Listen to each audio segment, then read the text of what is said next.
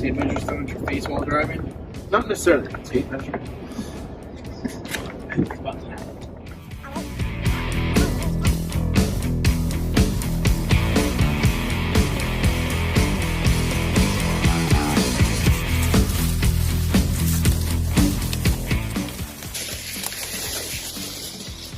Jonah, grain quality is still good.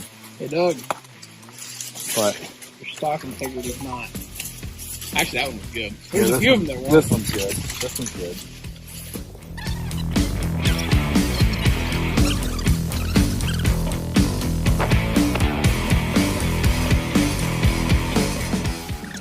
So I feel really good. You know, we wanted to come out here today to check grain quality. There's a lot of reports of ear health, and we were here earlier in BinBusters checking the ear health here as well. We saw just a few things, wanted to come back, make sure nothing exploded, but I think it's a testament to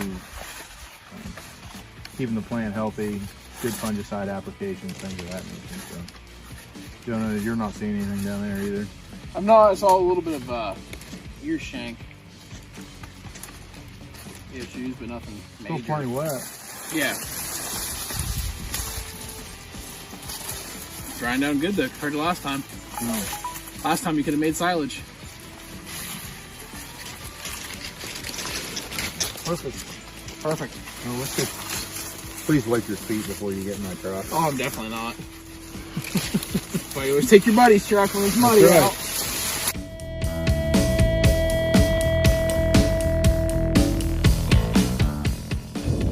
We have got to get stationary and do this recording now.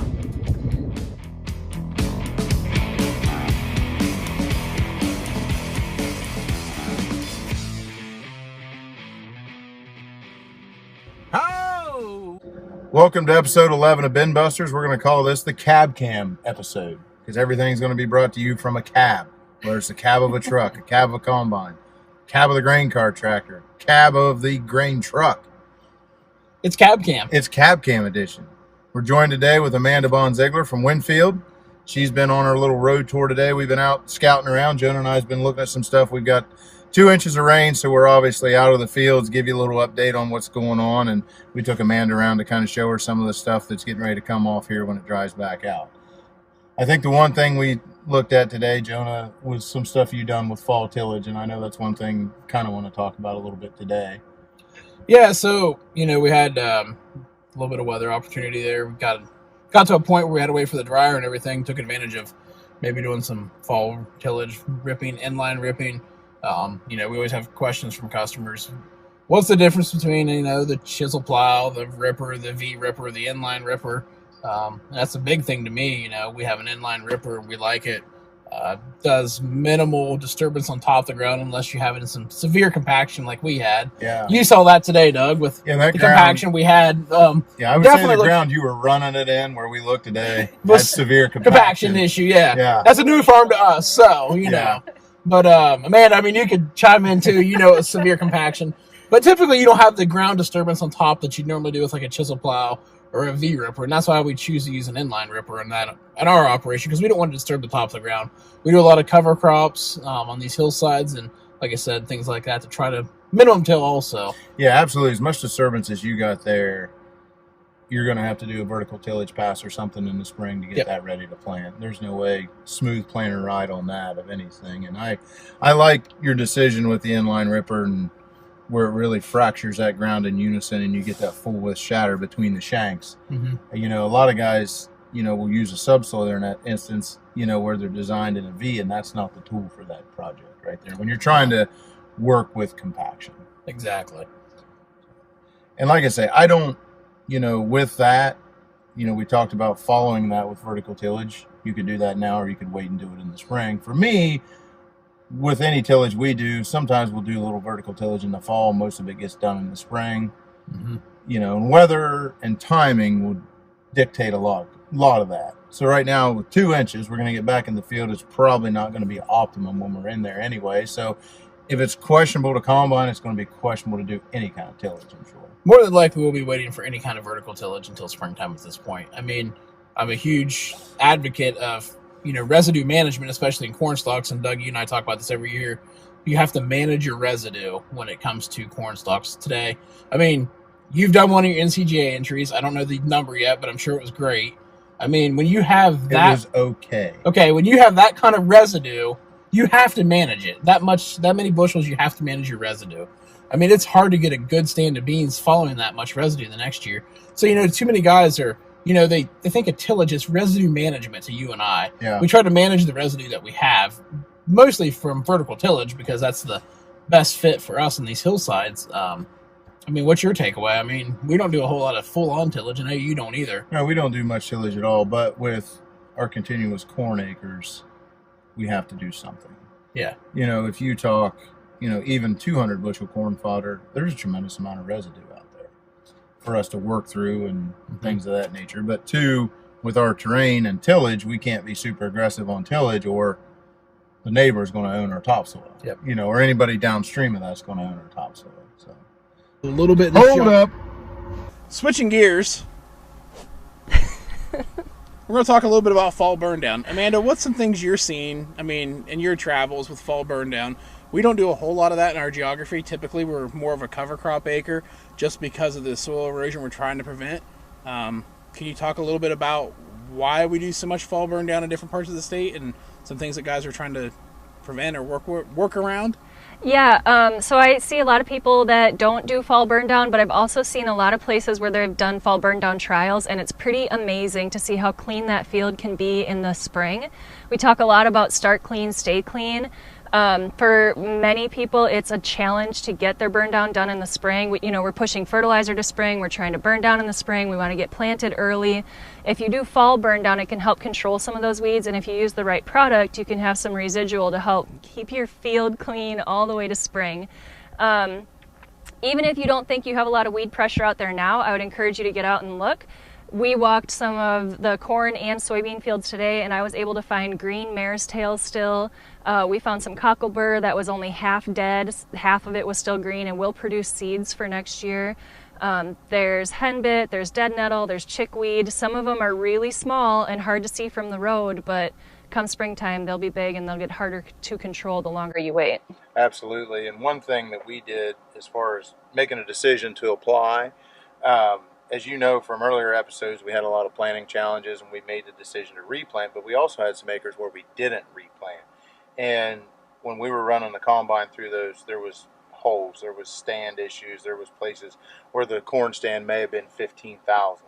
Well, once we got that sunlight down in there, there was little mare's tail. And traditionally for us, corn soybean rotation, a lot of those acres are going to soybeans next year. So we pulled the trigger, made the decision that we were going to fall apply glyphosate 2,4-D and metribuzin this fall on those acres going in, because we already had germinated mare's tail that was extremely healthy. So we made a decision to make a fall application on those. So I think some other acres would get it. We'll see how harvest goes on here. If it's Christmas, we're not going to spray around that time frame. So along with that too, you look at your cost per acre of a fall burn down. Excluding application, you're less than $15 an acre. It's a pretty cheap, pass to make on those fields, and you gain a lot from it. We've definitely had the studies. Amanda's talked about them. I've seen pictures firsthand, or seen it in firsthand what it can do, I guess. Absolutely, and for me, it's a pay me now or pay me later scenario. And these fall germinated mare's tail generally are the ones that give us the problem in the spring as far as control. A lot of herbicides being labeled to control 6-inch mare's tail and things like that. Well, when you roll into May and you're going to try to control that mare's tail, it's not going to be 6 inches. Right. You're going to measure it in feet, not inches. So for us, I think the decision is to kill the fall germinated ones now that are going to be problematic in the spring. Are there a couple products you would highlight that you guys like to use for different reasons on fall burn down? Yeah, the one thing, I talked about glyphosate 2,4-D and metribuzin. When we use metribuzin, we use the dimetric product. The other thing I think that is super critical, especially this time of year with temperatures, is a good oil choice. For us, we use Superb HC from WinField. It's a great product, crop oil concentrate. My go-to rate is between that 8 to 10 ounces per acre. We usually mix it by 100, 2 quarts per 100, but it figures out to the 8 to 10 ounces per acre. And for us, we get those cooler nights tougher to kill these weeds, that oil does a really nice job. And having that glyphosate in that mix, because the one thing is sometimes there's not a lot of grass, and glyphosate's not helping us on that meristil anyway, but glyphosate to me acts kind of as a carrier to help translocate those herbicides through that plant. So, and I think for me, Jonah, I'm a glyphosate 2,4-D metribuzin. What have you done on yours? Or you're pretty similar to that? A lot of times, you always get the guys who don't want to do it just because they want to spend the money. But I mean, just alone with the Roundup and the E99, that's typically what we use, the Shredder E99. Yeah. I do like to throw in a little bit of metribuzin, like you said, if I can get the guy to do it. But I mean, even if you just keep it basic, you're going to see the results come next spring. You're going to see a huge difference on those acres. Absolutely. Of what you have gained, and it's relatively cheap too. Like I said, you're not going to have a whole lot of money invested in it. Yeah. And the acres that we went over obviously are not the acres where we elected to do the cover crop. And that's another thing. We're really proud that we've done a lot of cover crop acres down here in Washington County, Washington and Morgan County. Absolutely.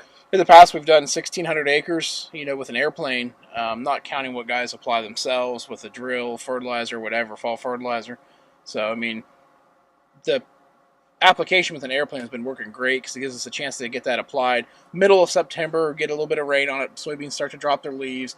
I mean, we already have rye that's growing in crop before we harvest. Yep. And gets you good start because when you harvest soybeans, there's not much residue there at all. Yeah. Very little. So we want to keep that soil intact, and we've been really happy with doing that. Yeah, generally for us, when we fly cover crops on, it's going into the bean crop. Yep. For corn the following year for us from an erosion standpoint. And I know we were out in our little tour earlier and looked at the one field where we had flown the rye on, and when I had cut those beans, I could see the rye coming up. And today, with the moisture we had and some of the heat, it was nice to see what that stand looked like. Some of the spots that I thought were thin when I combined today had small rye germinated up in them since then, and I felt really good about that. Yep. So, and that's helping us, maintain and hold our soil. Also help, I think, from a soil biology standpoint, and promote an active growing crop on a lot of those acres to keep microbial activity moving. One thing too, I mean, Doug, you can chime in on this or tell me if you feel that I'm slightly wrong on this, but I feel pretty strong about this. Healthy soil tends to be, it's going to drain better. It's not going to be as compacted. It's going to have more natural, like you said, microbial activity in it. Yep. And we're going to have the water infiltration a lot higher on that than you will soil that's, not healthy per se. But healthy soil is not just, high organic matter. That's part of it. But I mean, having everything else in balance too is very key in that. Absolutely. And I think, soil health is huge. And I know we try to do everything we can to help with that and trying to do some stuff with some microbial products and promote more active bacteria and stuff in the soil. But I think, on our road tour today, Amanda, is there anything that stood out to you, like you really liked, you didn't like? I know we saw one of the fields where we did the harvest entry already. We looked at some soybeans that haven't been touched. We looked at some corn that's got a little bit of time yet. So. Yeah. Standability was really good in that corn that we were in. From afar, I honestly thought those stalks looked a little thin to me, but out in there, it's holding up really well. We did see a couple ear molds. I don't really like to see that, and you talked a little bit about your harvest plan. Overall, I think I'm pretty impressed with what you guys have going on so far with your harvest update and how your crops are looking. I think you're going to have a pretty exciting wrap up to the BinBusters season. Yeah, in the first yield check, like I said, it was okay. For the year we had, the stress we had, to sit back and go through it and come out with the number that we had, I'm okay with it. Is it what we were hoping when we have these planning meetings in February and March? Absolutely not. But is it enough to beat Jonah? I don't know. We got a couple more fields we got to take off here that I think are going to be better than that one. So hopefully, Jonah's going to start getting into his here pretty quick as well. And the soybean thing for me, I don't know. It's if Mother Nature would cooperate, we would have some numbers on that, but I can't quite get into mine yet. So maybe next episode. Maybe next episode for me on soybean harvest update and another corn, because I think this coming week, once it dries out, we'll get back into the corn. I think the wrapping up final thing here to say to everybody is, get out there and look at your crop that's there while we're wet right now. Scout it, get a plan ahead of you, make sure you know what acres need to be focused on right away. You know, just kind of go out and look at it, even though it's still standing there, get a chance to see what's there and what needs to be done. That's a great point, because right now we're getting a lot of phone calls. My corn's 25%. We're not going to show anything. We're not going to do this. We're not going to do that.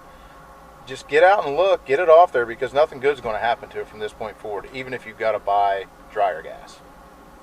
That's it for me. So. You're saying we need to get out of the cab. I guess so.